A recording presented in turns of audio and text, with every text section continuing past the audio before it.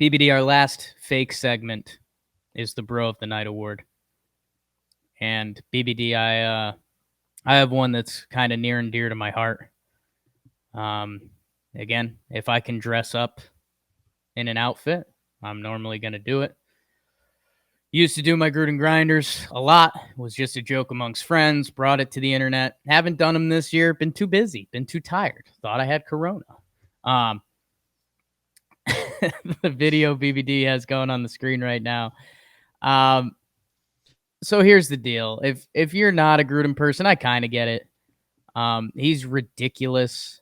He's a coach. My favorite thing about him was he was on Mike and Mike when he was like peak John Gruden. I think he just started Monday Night Football, and people were like kind of getting obsessive about him. People were getting outfits and impersonating him. They asked him, they were like, Coach Gruden, when you're not watching football, what do you watch? Like, do you watch movies? Do you watch any TV shows? What do you like? And he's like, I gotta tell you what, man. You know what I like? You guys ever watch the old TV show Coach? And like they laughed. Like Mike and Mike started laughing because they're like, you gotta be joking. And he's like, I gotta tell you what, man. I love that show. Coach? That's a good show. He is so much of a coach. The one show he watches was the old TV show Coach. And there were some rumors around ESPN. I'm a big Russillo guy. A lot of people probably know that by now. That Gruden kind of wasn't the coolest guy. I guess he was kind of smart. Like every time a coaching job would come up, he would pretend to be interested and he'd make ESPN pay him more money. So he's kind of a genius there. But he finally takes this Raiders job, a 10-year gig, and everyone's like, are you kidding me? And they're so bad the first year, and they're like rebuilding, which you don't see in football. Guess what? They're 2-0. They have a lot of talent, and the clip we just ran on the screen a ton of times, his dudes love him.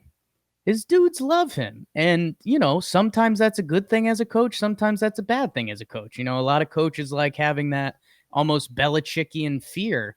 But also, Belichick's guys love him too. And if you saw at the end of the game last night when the Raiders won, they hit the game-winning field goal. Gruden was going up and down the sideline, talking to every player, and just you can just tell he's like he goes up to their ear. He's like, I told you, man, we were gonna bust their ass this week, and the guys crack a big smile and they give each other a little push, and it is part of the beauty of the football community. So my guy Gruden, he got killed a lot. What a ridiculous character. And some of his press conferences now are going fully off the deep end, which I don't know. I kind of respect that. So my guy Gruden, he gets my bro of the night. The Oakland Raiders are 2-0. The Las Vegas Raiders, excuse me, new stadium. And they're a fun team, man. And sometimes that's all you can ask. Jacobs, their running back's really good. Waller, the tight end, is a stud. They've brought in a lot of talent. And a lot of it's tied to that Khalil Mack trade that they got killed for. And guess what? The Bears stink.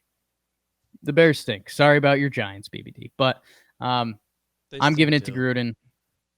That's my guy.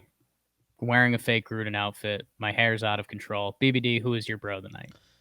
Jake, I'm going to somebody I think very near and dear to both of our hearts. I'm going to give it to Alejandro Kirk. Yes, the king. Short, chubby king that we have fallen in love with the last couple weeks. Had himself a big day against our Yanks. Couldn't pick a better team to do it against so that we got to see it the whole time. Yeah. 4 for 4, homer. I think there's a double in there. Couple runs scored. Moving around the base paths well. This guy is living my childhood dream because that's the exact body I had. So, yeah, Alejandro Kirk, you are so smiley. I love watching you. That still hasn't played a game above A-ball besides these last 9 major league games. So, gets his first big league homer. I guess next year is probably just back in the minors, but big day. So homers off Chad Green, which is like a real name. like a real, arguably one of the best pitchers on the Yankees. And BBD, yeah, it's a great pick. He has a great night last night.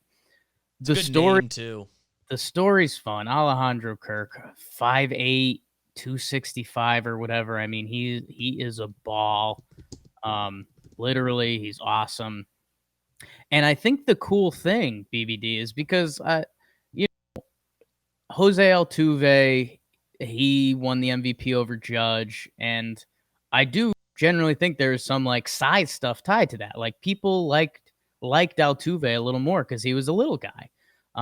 And at the same time, like as a little guy, I appreciate that, but also that shouldn't come into a judgment of an MVP. Now let's Yes. tie it to Ronald Torreyes, who was on the Yankees. Like if he wasn't short, he's probably not a blip on the radar, but people overloved him because he is so short. Now, I do get it, and that's part of the reason we're talking Alejandro Kirk. But also, I guess he's a legit prospect. He was the number 5th prospect in their organization. He's 21 years old, and he had never played above A ball. So the fact that he's doing this and getting a taste, like, I don't know, baseball has a humbling way of doing things, and I'm sure he's going to get his dose of humble pie. But I think, again, part of the reason that he wasn't a higher prospect was because of his body size. And some people, and if you Google Alejandro Kirk and you type in the words break the mold, that's every scouting report. Like, there's some guys that it may not make the most sense. They just break the mold and do it. And man, he looks athletic. He moves quickly for a catcher. Mm. Um, I mean, it's almost impossible to root against him. He's fun, man. It's one of the He's fun. things like you love baseball because you can get the guys who are all different kinds of shapes and sizes. I was always like the shortest kid in my class, so I always really appreciated the short guys. So I was one of the people that overloved Torres and Altuve because it was personal. I always appreciated the short kings. And now I'm normal size, I guess, but still feel like a short person at heart. So I identify the short guys whenever I can. I got to tell you what, man. Alejandro Kirk. Have you seen this guy? Put him behind the dish. Put him behind the quarterback. Put him at fullback. Bang. Um, he's a lot of fun. I hope him and Williams Astudillo, the other king that's getting mentioned in the chat. But dude, the other thing is, as Yankee fans, we don't appreciate how big Gary Sanchez is. Gary Sanchez is huge. For a catcher, oh yeah. Gary Sanchez is probably 6'3". I think Garrett Cole made a joke in one of his early press conferences or called him like 250, 260. Gary Sanchez is huge. Yeah, Gary Gary's Sanchez listed at 6'2", 230, which the 230 is legit. 6'2" isn't as high as I thought he'd be listed, but honestly, I to be think both of them tall, solidly 6 feet tall at catcher is large. I think both of those numbers are a little low. I would say he's like 6'3", 250.